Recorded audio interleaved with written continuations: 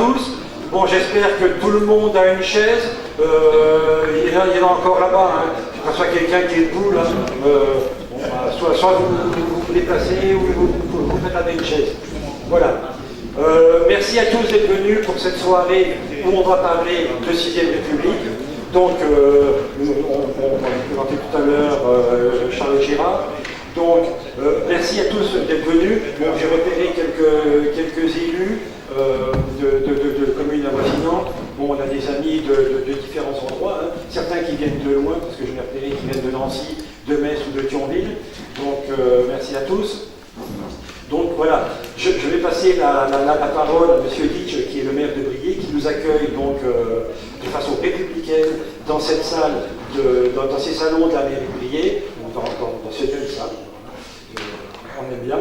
Donc voilà, donc très rapidement, vous avez dû voir à l'entrée, il y a eu des listes d'inscriptions pour les bus qui vont aller à la marche du 18 mars. Donc on pourra en reparler tout à l'heure hein, dans le débat. Et puis il y a aussi quelques programmes qui sont encore en vente pour ceux qui n'en auraient pas. Donc voilà, encore une fois, merci à tous. Donc je passe la parole à M. Ditch et puis après on embrayera directement sur la présentation par Charlotte. Merci M. Ferry. Bienvenue à toutes et à tous donc, dans les grands salons de l'Hôtel de Ville, non pas de Briey mais du Val de Briey, hein, puisque depuis le 1er janvier, il y a une commune nouvelle qui a été créée en Meurthe-et-Moselle et qui regroupe les communes de Briey, Mans et Mancieux. Donc c'est une première pour vous d'être réunis dans cette salle. Ça doit être une des premières réunions ouvertes au public qui a lieu depuis l'instauration de la commune nouvelle. Alors, Bernard Ferry m'a demandé si je voulais faire un accueil républicain de votre conférencière et c'est tout à fait favorablement que j'y ai répondu. Dans la mesure où le thème qui sera évoqué ce soir est un thème qui peut intéresser, je dirais, tout citoyen qui veut réfléchir au devenir de nos institutions. Car tout le monde sait que nos institutions ont évolué dans le temps et qu'en général, je pense que ça nous sera rappelé, il y a eu des balanciers, dans la mesure où il y a l'exécutif, le législatif, une constitution exécutive est fort, il en abuse, donc du coup on se dit il faut en changer. Donc on a fait une autre avec un législatif très fort, et puis on s'aperçoit que c'est pas mieux, et puis ainsi de suite. Hein. Il y a même des constitutionnalistes qui ont inventé une théorie des cycles constitutionnels, hein, qui fait qu'on serait en perpétuel mouvement, et la Ve République a vu des questions se poser depuis longtemps. Il y a eu des révisions de la Constitution qui, pensait-on, modifieraient les choses, mais apparemment ça n'a fait que les aggraver. Donc c'est pour ça qu'il est peut-être judicieux maintenant de réfléchir à ce qu'il faudrait faire pour éventuellement essayer d'améliorer les institutions. Mais en sachant, et il faut toujours avoir ça présent à l'esprit, c'est que les institutions c'est une chose, mais il y a aussi les hommes qui font fonctionner ces institutions. Donc on pourra avoir les meilleures institutions du monde, il faudra aussi qu'il y ait les meilleurs hommes et femmes qui les fassent fonctionner et qui puissent leur faire donner le meilleur d'elles-mêmes.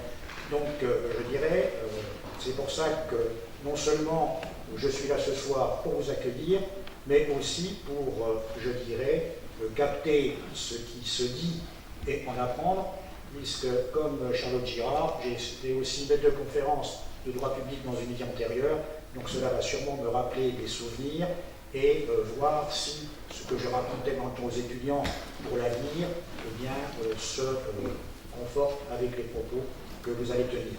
Donc j'espère que cette soirée sera enrichissante pour tous et que cela amènera les gens à réfléchir, car c'est ça qui est important. Hein. On peut avoir des idées, il ne faut pas que chacun les mijote dans son coin. Ce qu'il faut, c'est échanger, dialoguer, car c'est du dialogue que pourra sortir des choses meilleures. Et si on reste chacun dans notre coin sans vouloir confronter entre nous nos idées, bien on n'avancera pas très loin. Donc je me réjouis qu'une telle conférence soit organisée, qu'une telle conférencière ait bien voulu venir, parce que comme la plupart d'entre vous, je l'avais déjà vu hier soir. Hein, c'est ce que j'ai dit à Bernard Ferry tout à l'heure, quand il me disait à quelle heure c'était. Il me dit, vous verrez la Charles Girard. Je dis, j'ai déjà vu. Il me dit, quoi, vous l'avez déjà vu? Je dis, oui, je l'ai vu hier soir. Donc ça l'a fait sourire, mais c'est toujours mieux en chair et en os, même si éventuellement ça aurait pu être par hologramme.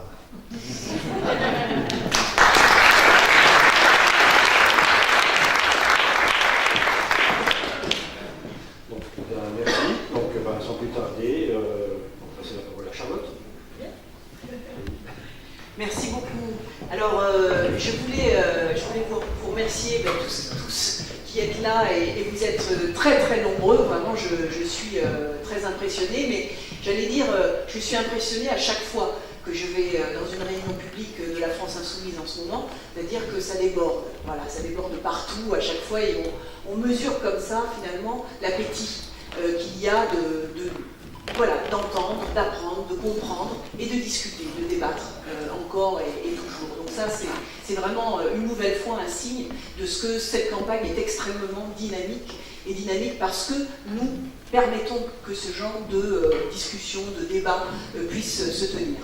Je voulais aussi bien vous remercier les organisateurs encore une fois de cet accueil et de cette organisation qui semble absolument parfaite, c'est-à-dire que tout est au point, vous êtes vraiment digne de la France Insoumise, ça, il n'y a pas de doute, et même Monsieur le maire, puisque je vois que vous avez cette générosité républicaine qui quand même est remarquable.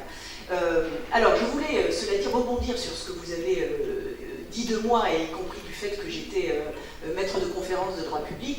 Je voulais vous dire que je n'allais pas intervenir en tant que maître de conférence de droit public. Donc je ne suis pas ici pour vous faire un cours, d'accord? C'est pas du tout ça. Je suis ici pour faire de la politique.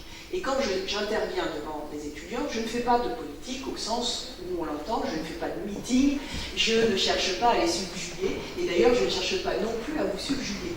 Et ça, c'est extrêmement important. C'est-à-dire que ce que je vais vous raconter, ce n'est pas à marquer sous le sceau du sachant, vous voyez, de celui qui détient un savoir et qui, du coup, doit être forcément cru, etc. Bon, ici, on est là pour porter à la connaissance des gens qui sont ici des arguments rationnels, donc une réflexion. Et ça, c'est important que je le dise comme ça et que, voilà, on ne se laisse pas abuser par un discours qu'on appellerait un discours d'autorité. Je ne suis pas là pour ça. Donc ça, c'était une petite mise au point de départ. Ensuite, une autre petite remarque de départ qui concerne bien les trois personnes que j'ai rencontrées par l'intermédiaire de Bernard Ferry et de Jean-Pierre Minella. Trois personnes qui sont de l'entreprise BK, qui sont venues ici se présenter, que j'ai voulu entendre et que j'ai écouté avec beaucoup d'intérêt, et vous dire que ces personnes sont dans une grande difficulté puisqu'elles sont face à une décision de la maison mère allemande de fermer cette entreprise, et donc vous dire que il n'y a pas, à mon avis, il y a un lien en fait entre ce qui peut se passer comme ça dans, on va dire, la vie sociale, la vie du travail, et ce qui se passe au plan institutionnel. Donc je tenais à ce qu'on soit bien d'accord sur le fait que ce que je vais dire ici, ça n'est pas complètement déconnecté de la question sociale. Et donc je souhaite vraiment réinscrire le discours que je vais tenir et les réflexions que vous allez avoir en matière institutionnelle, elles sont liées, elles ont partie liée avec la question sociale et en particulier avec la question du rapport de force, c'est-à-dire tout simplement la question du pouvoir et la question du pouvoir du grand nombre, des individus, du peuple. Parce qu'on a tous finalement plusieurs manières de s'inscrire dans une société. On est des citoyens, on est des travailleurs, on est des parents, on est des enfants, bref, il y a plusieurs casquettes, si vous voulez, que l'on porte chacun, et ces casquettes-là ne sont pas étanches les unes des autres. Donc voilà, et quand vous allez voir qu'on va parler ici, évidemment, de pouvoir, il me semble que l'on parle de pouvoir en matière institutionnelle, certes, mais qu'on parle aussi de pouvoir dans l'entreprise, et ceci est, donc ce sont les faces d'une même pièce. Voilà, c'est ce que je voulais dire à titre introductif.